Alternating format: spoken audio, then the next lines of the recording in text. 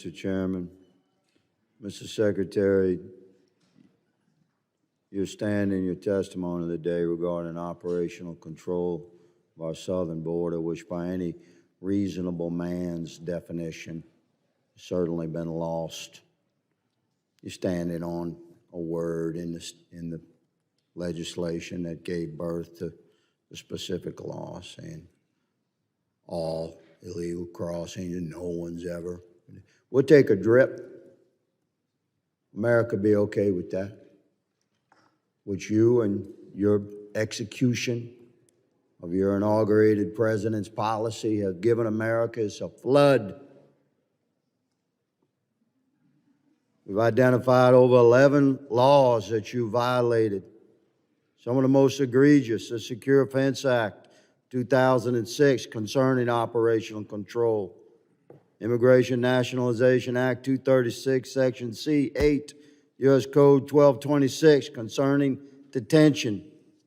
INA 241, Section A, 2, U.S. Code 8, 1231, concerning detention. Immigration and Nationalization Act, Section D, 5, Alpha, 8 U.S. Code 1182, concerning parole. We've given you ample opportunity to seek some sort of honorable exit from your executive position, sir.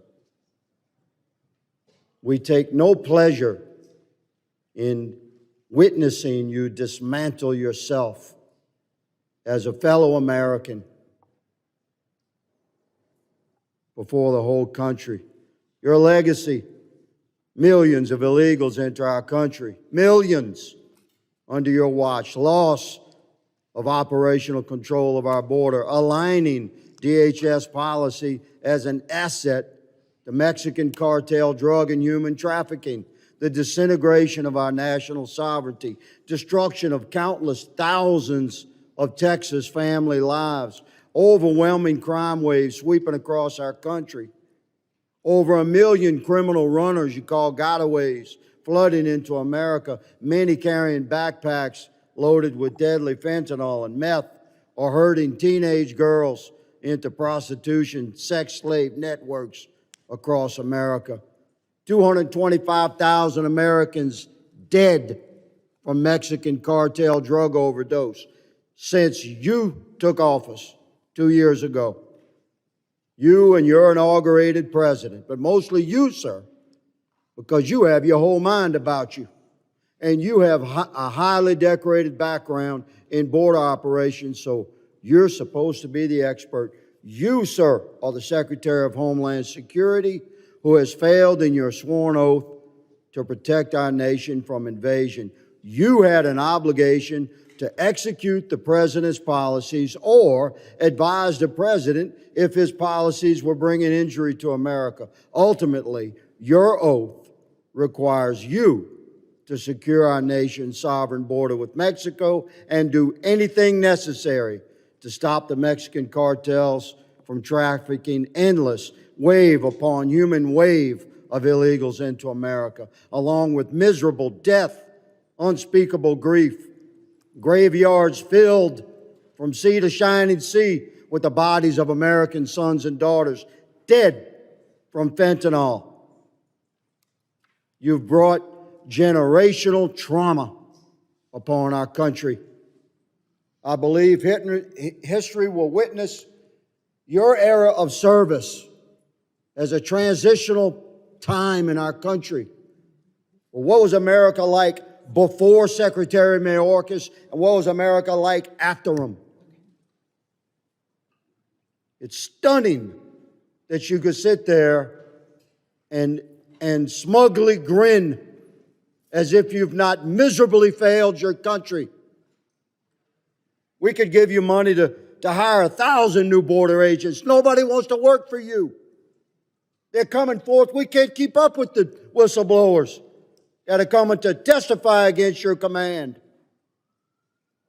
We could give you money to deploy all sorts of new technology. I have evidence in my file that you've given command to not deploy technology that you currently have because it interfered with the cartel's business model. We're done with your lies to America. It's shameful what you brought upon our country. Mr. Chairman, I have no interest in asking the Secretary any questions. Mr. He Chairman. obfuscates and lies. Mr. Chairman. I yield. Mr. Chairman. The gentleman yields. I now recognize Mr. Bishop from North Carolina for his testimony, or for his questions. Secretary Mayorkas, I'm very glad that the gamesmanship about operational control is finally out in the open. You said just a moment ago that if Congressman Roy hadn't cut you off in that hearing, I was in that hearing in the Judiciary Committee as well. You are one of the most assiduous bureaucrats I have witnessed at evading and filibustering in response when members have 5 minutes to ask you questions instead of coming forward directly. Here's what you could have said to Congressman Roy. No, Congressman Roy, we do not have operational control, but no administration has achieved the standard of operational control set forth in law. That took about 2-3 seconds. And then he could have followed up with this, and I'd like to. Secretary Mayorkas, given that illegal immigration has been setting records for your entire tenure, the fact is that under your leadership, the Department of Homeland Security is farther away from the legally mandated standard of operational control than ever. Much farther away, correct? Congressman, our apprehension rates are consistent with the apprehension rates of prior administrations over the years. And the fact by the numbers, if the standard of operational control is no illegal immigration coming across our border, then you're farther away from that than ever. The fact of the matter is the migration that we are experiencing at our southern border is not exclusive to our southern border. It is gripping the entire hemisphere and the entire world. Your policies are causing it, Mr. Secretary. Congress set an objective in law. You haven't pursued it. You have pursued its opposite. Who are you? You just said a moment ago that by a reasonable definition of operational control, you've achieved it. Who are you to displace the legal definition of operational control by this Congress in favor of pursuing one of your own invention? I'm not displacing the definition. Well, you just said a reasonable one is a different one, right? What do you mean by that? How is the one defined by Congress not reasonable? You understand what law means? You're a lawyer. You're an excellent lawyer. You know that not to be tenable. You're a member of the administration charged with the duty to execute the laws that Congress has passed. Isn't that right? Absolutely, and we are doing so. Not the operational control standard. You've abandoned it to adopt one that you say is reasonable. Correct? Congressman, that is a definition. You're asking me whether we enforce the laws that Congress has passed, and the answer is yes, we do. No, you don't, because Congress set forth an objective in law, and you have seen fit to disregard it.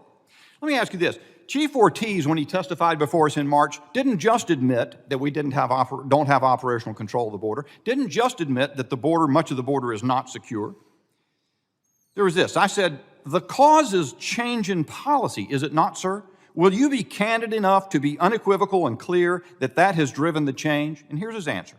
I will tell you, sir, that when I was a deputy chief and acting chief down here in 2014, a lot of people described what was happening here in South Texas as a humanitarian crisis or border crisis. And I was very candid. And I said, I think we have a bit of a policy crisis. And I still hold true that we have some policies in place where we need to ensure that the men and women out there patrolling the border, investigating these criminal cartels, are actually allowed to do their job each and every day. And I said, and their job is to detain and remove immigrants. And he said, yes, sir.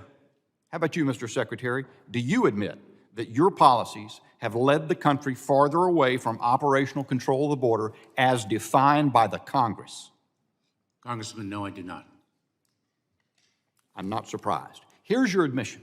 Here's one of your admissions. Look at page 7 of your own written testimony. Guess what you have there?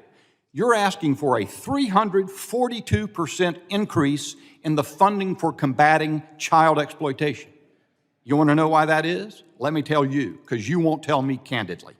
The reason is that your policies have led to 345,000 unaccompanied children entering this country, which now the New York Times in multiple articles has revealed what that's led to in the quality of their lives. You apparently believe this to be a game, Mr. Mayorkas. I think that's why all the acrimonious interchanges that happen over and over. Even, the last time that I asked you whether you maintain that we have operational control back in November, and you said yes, and we're trying to make it, and we're trying to do more every day. They played that on 60 Minutes. And let me tell you this, it wasn't because 60 Minutes is a fan of mine. It is because everybody of any reasonable sensibility looks at what you have been saying and what you continue to say and recognize that it blinks at reality. And you know it. You're not delusional, but you are prepared to be dishonest with this Congress repeatedly. I yield back.